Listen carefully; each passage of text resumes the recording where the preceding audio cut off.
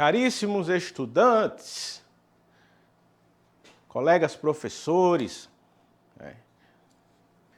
agora veremos um conteúdo relativo ao 7º ano. Conteúdo que é muito abordado e que ainda hoje gera discussões no meio acadêmico e principalmente em sala de aula. Aqueles mais acalorados, aqueles mais devotos, independente de qual denominação cristã pertençam. Que foi a Reforma Protestante. Foi da Reforma Protestante que surgiram as igrejas que nós chamamos hoje de evangélicas, certo? As igrejas evangélicas. Porque antes disso só existia o quê? O catolicismo romano no Ocidente. No Oriente existia o catolicismo ortodoxo, como ainda existe. E lá também houveram movimentos de ruptura no catolicismo ortodoxo também, certo? Então, professor, então a Igreja Católica foi a primeira? Não, vejam. Surgiu a Igreja de Cristo, certo? As primeiras comunidades cristãs, e só apenas com o imperador Constantino, em 313, com o Edito de Milão, ele concede aos cristãos liberdade de culto, porque até antes disso era proibido ser cristão. Os cristãos, eles eram perseguidos, eles eram presos, eram torturados, eram jogados às feras, Por exemplo, a padroeira de Pesqueira, Santa Águeda, foi um desses mártires do catolicismo romano, do cristianismo primitivo, do cristianismo primitivo que depois tornou-se a Igreja Católica, no mesmo século, Teodósio, o imperador Teodósio, proclama o cristianismo como religião oficial do Império Romano.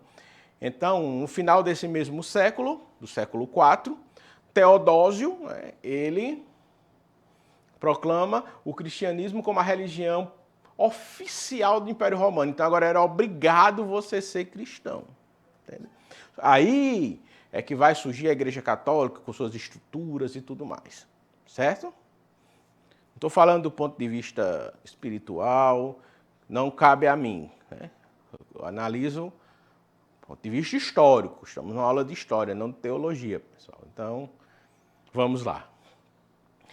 Então, vejam, existiram movimentos anteriores que tentavam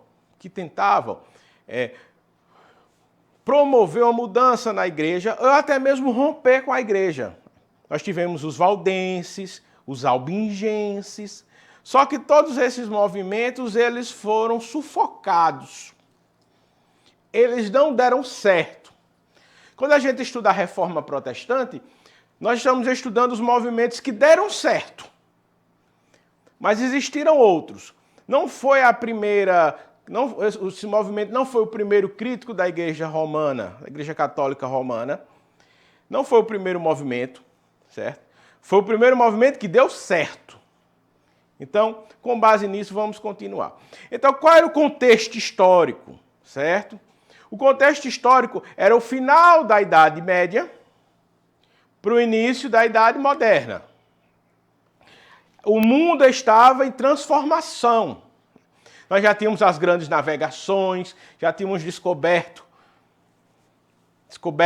entre aspas, outros continentes, os europeus, já haviam descoberto outros continentes, descoberto entre aspas. Então, era um mundo diferente. Estava passando já pelo renascimento, o humanismo, a valorização do homem. Então, era um contexto histórico muito diferente do medievo, ou medieval, como queiram chamar. Era muito diferente. Então, por ser um contexto diferente, era uma realidade totalmente diferente da Idade Média. Certo? Era uma realidade diferente da Idade Média. Então isso gerou, tinha a ascensão da burguesia, a formação dos estados nacionais, que aí vai entrar o quê? Os interesses dos reis em promover uma igreja que fosse só deles, como Henrique VIII fez na Inglaterra, ao criar o anglicanismo. Henrique VIII fez isso para fortalecer o poder político dele. Por quê? Porque o Papa tinha um grande poder. O Papa, além do poder espiritual, tinha um poder temporal. Entendem? Então surgiram essas igrejas. Os príncipes alemães, quando apoiaram Lutero, aí eles não apoiaram porque eles achavam bonita a Bíblia, não. Claro, eles podiam até achar. Mas eles também tinham os interesses dele de se fortalecerem politicamente e tirar a Igreja Católica de cena.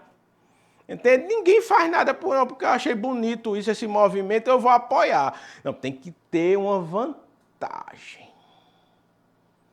Tudo na história da humanidade tem uma vantagem. Certo? Então, vamos lá. Então, esse era o contexto histórico, né? Então, os principais fatores determinantes foi, primeiro, o quê? Foi a corrupção na Igreja Católica. Quando a Igreja Católica tornou-se oficial no Império Romano, pessoal, muitas pessoas entraram, isso no começo lá da Igreja Católica, muitas pessoas entraram, se converteram ao cristianismo em busca de quê? De ficar próximo a nobres, a pessoas poderosas que realmente eram cristãos de verdade, alguns, claro, outros não. Então, se converteram para ficar próximos a essas pessoas e obterem vantagens porque eram da mesma igreja. Entendem? Então, a corrupção começa aí na igreja, nesse sentido. Muitas pessoas entram, mas não era porque queria ser cristão, porque achava bonito o ensinamento de Jesus Cristo. Eles entravam para obter o quê? Favores, para ficar próximo de pessoas poderosas que eram cristãs. Entendem? Então a igreja naquele período, já trazendo mais para frente, no medieval, tinha grande corrupção.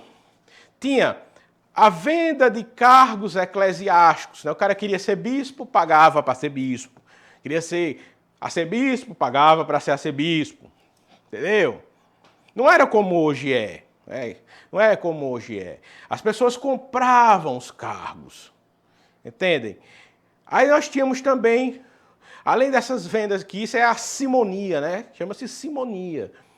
A venda também de relíquias sagradas. Né? Pedaços da cruz de Cristo.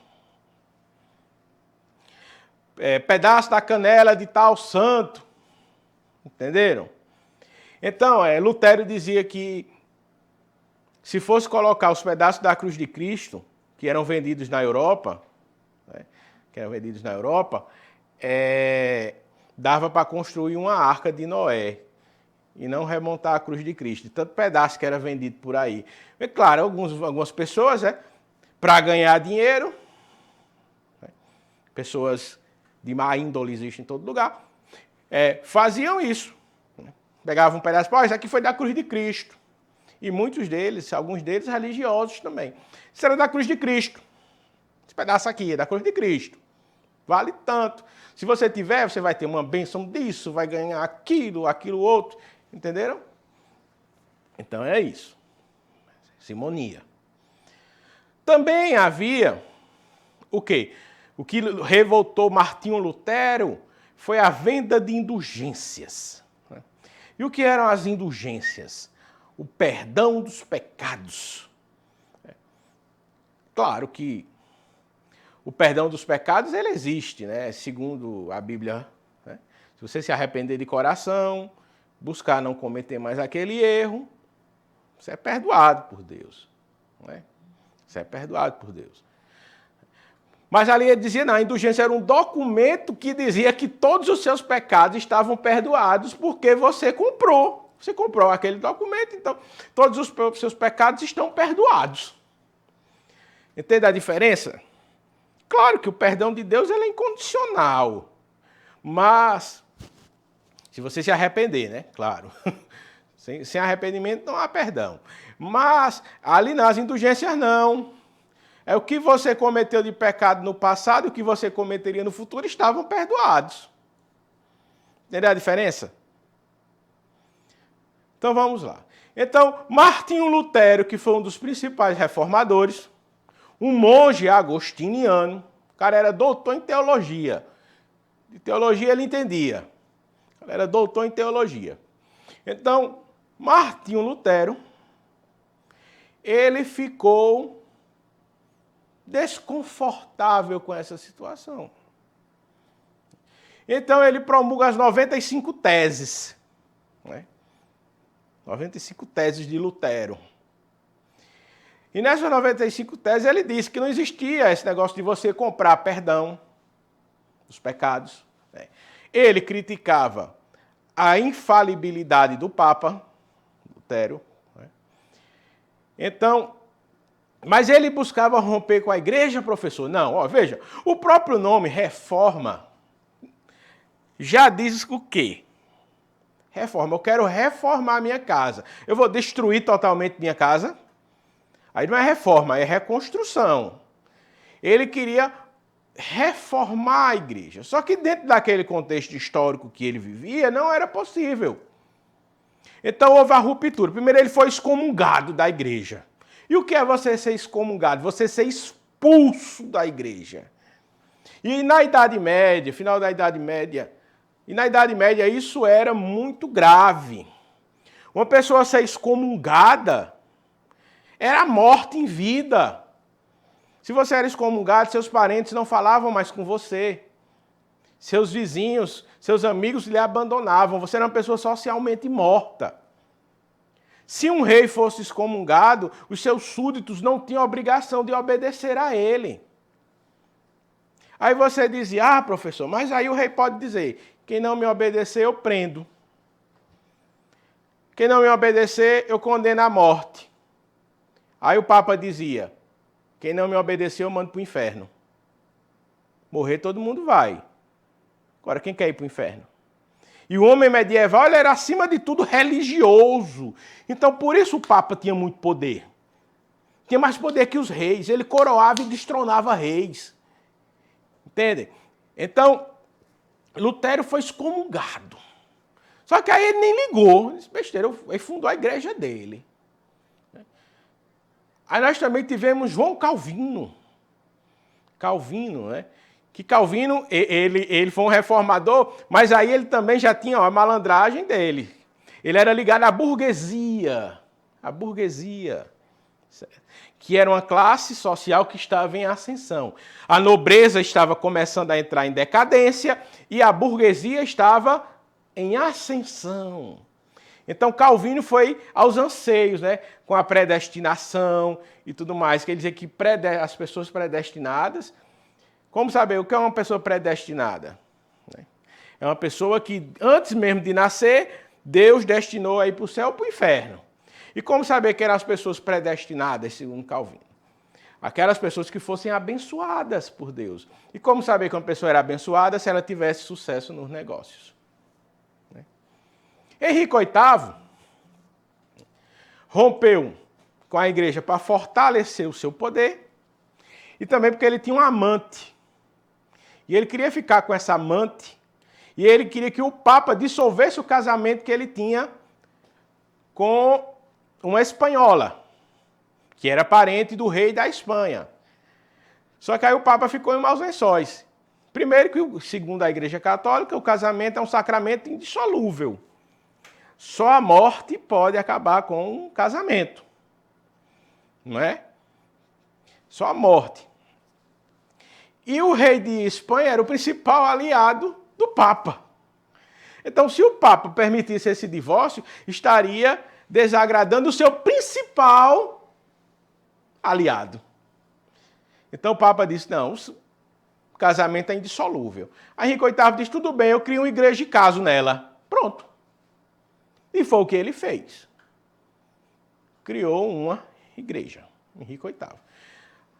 Houveram outros reformadores? Houveram, pessoal. Esses foram os principais, né? Teve Zwingli, teve outros também. John Knox, né? E houveram outros.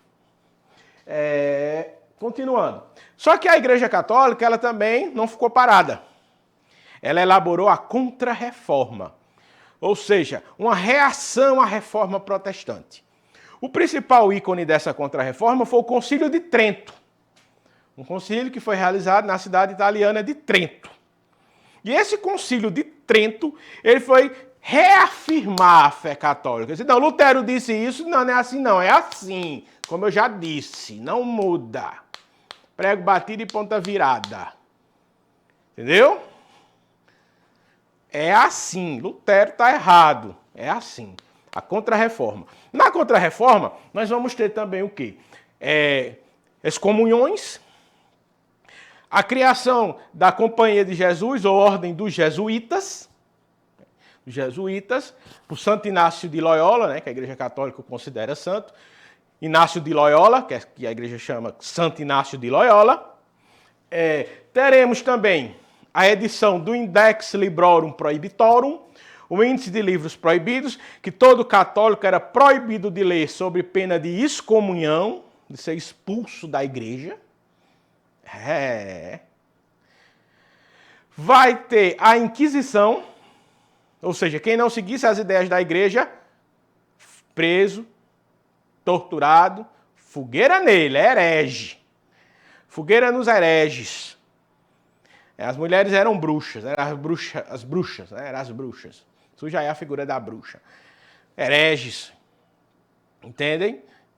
Aí, que é o Tribunal da Santa Inquisição, ou Tribunal do Santo Ofício, que hoje é o quê? É a Sagrada Congregação para a Doutrina da Fé. Existe ainda, viu? Só que não tem o poder que tinha antes. Mas existe. O teólogo brasileiro Leonardo Boff foi condenado por esse órgão aí. Leonardo Boff. Ou calava a boca ou rua. Foi. Entenderam? Só que todo lado, pessoal, toda moeda tem dois lados. Os protestantes também tiveram a Inquisição deles. A Inquisição de Calvino não matou tanta gente quanto a Inquisição Católica. Mas era mais rígida ainda. Ela era mais rígida. Condenava à morte mesmo. A Inquisição Anglicana, de Henrique VIII, do mesmo jeito. Certo? Professor, um é bonzinho, o outro é ruinzinho. Não, os dois têm defeitos e os dois lados têm méritos.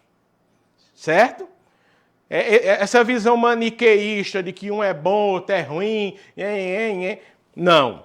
Os dois lados têm méritos e os dois lados possuem defeitos. Os dois lados acertaram em alguns momentos e os dois lados erraram em outros momentos. Entendem? Como eu já falei no aula anterior, teve a questão dos anabatistas, né? Porque os anabatistas foram um movimento que pregava mais igualdade entre os cristãos e tudo mais, e os nobres católicos não gostaram, porque prejudicava os interesses deles. E os nobres protestantes também não gostaram. Os nobres católicos brigavam com os nobres protestantes e tudo mais. Só que nesse momento que os anabatistas tornaram-se uma ameaça aos dois lados, católico e protestante, os dois se juntaram, mataram os anabatistas, aí depois voltaram a brigar. Por quê? Porque o interesse econômico, o interesse de poder deles estava ameaçado pelos anabatistas. Entendem? Então é isso aí, pessoal. Um grande abraço a todos e até a próxima. Tchau!